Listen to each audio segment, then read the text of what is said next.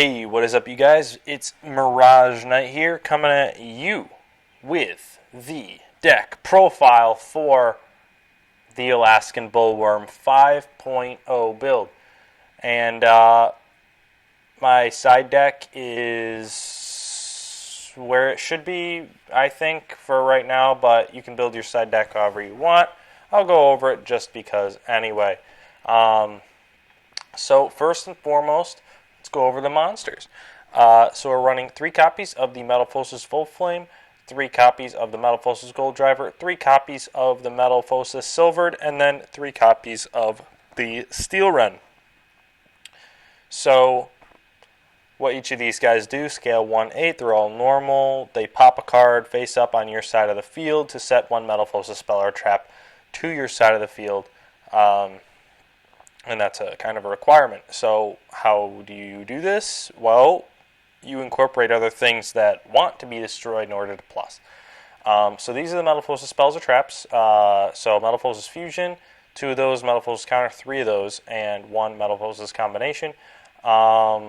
These, they last forever, but these 4 cards, they come in handy pretty often, but they don't last forever. So you are limited on these, but these will go on forever. And then we run, for the next engine, we're going into the Super Heavy Samurais here. Let's go from big engines to little engines. So 3 Super Heavy Samurai Soul Piercer, 3 Super Heavy Samurai Magnet, 3 copies of Super Heavy Samurai Scales, and 1 copy of Super Heavy Samurai Drum.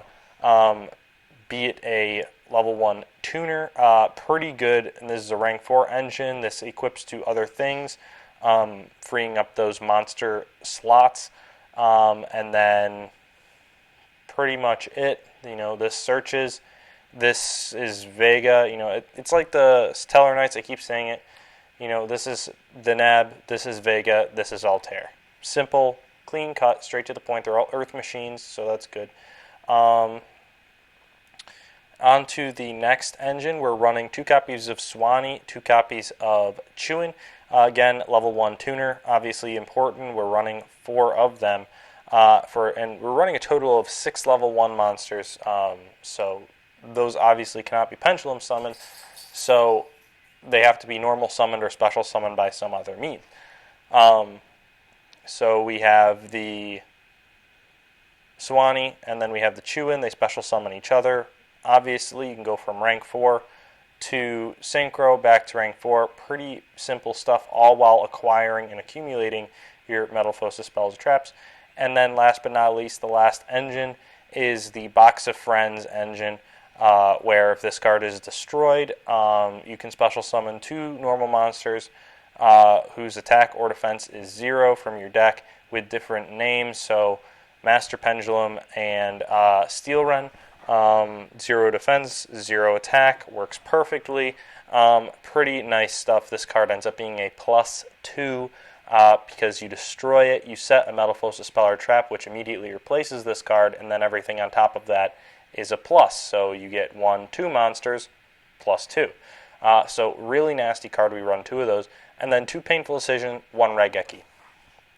Very simple deck to build, but very complex to master. It's like one of those games where it takes like a minute to learn, but a long time to really get good at, like Blackjack. This is one of those types of decks where it requires a lot of thought process and a lot of thinking and a lot of interaction with your opponent in order to actually play it well. Onto the extra deck, running 2 Metalphosis Orahulk, 1 Dinoster, 1 Adamante, 1 Trishula, 1 Ignister, 1 Naturia Beast, 1 Swordmaster, 1 Red Eyes Flare Metal Dragon, 1 Big Eye, 1 Geargigant X, 1 Castell, 1 Roach, 1 Emerald, and 1 Abyss Dweller. One thing to remember about the extra deck is this card is not out yet, unfortunately. Like, we have everything for the Super Heavy Samurais, everything we could possibly want for the Super Heavy Samurais, except for this card, and it's pissing me off because I really like this card and it's not out yet. So unfortunately, that's a no-go for tournament play. But I'm sure you could put a Catastor in there or something like that. So onto the side deck, 2 Gamecill, 2 Fog King, 2 End of Anubis, 2 Maxi, and 2 Valors, 1 Rafflesia, Bottomless Treacherous, and then Vanity's Skill Drain. So we're running some floodgates here. So we have not Gamacill's not really a floodgate, but he gets rid of just about everything. Fog King, no tributing. So End of Anubis, no graveyard, anything. Nothing having to do with the graveyard. Not to mention, this is pendulum summonable. You can pendulum summon this card. So if you open up with this first turn, you're going up against BA or Monarchs or something like that. This says, no, you don't understand. You cannot do this. But we do have the Dweller in the extra deck that basically does the same thing. This card just is a little bit more permanent, and it stops all graveyards.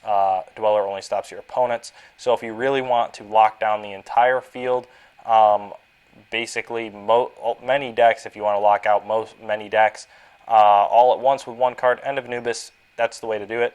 Maxi obviously draws. Valor negates Rafflesia. I kind of like to think of this as a floodgate because your opponent doesn't want to do anything at the risk of being bottomless or treacherous. So that's basically it. And then Vanity, Skill Drain, Inherent Floodgates. So this deck can go from really fast to slowing the game down to a halt, essentially, very quickly. End of Anubis, Vanities. Have fun with that. That's your opponent's not getting around that at all. So, yeah, that's it for the deck. Tell me what you guys think. Go check out the replays of some EBW duels down in the description below, and I will catch you guys on the flip side. Go check out those Illuminati. They're always watching. Stay fresh and young, guys. You only live once. Mirage Knight signing out.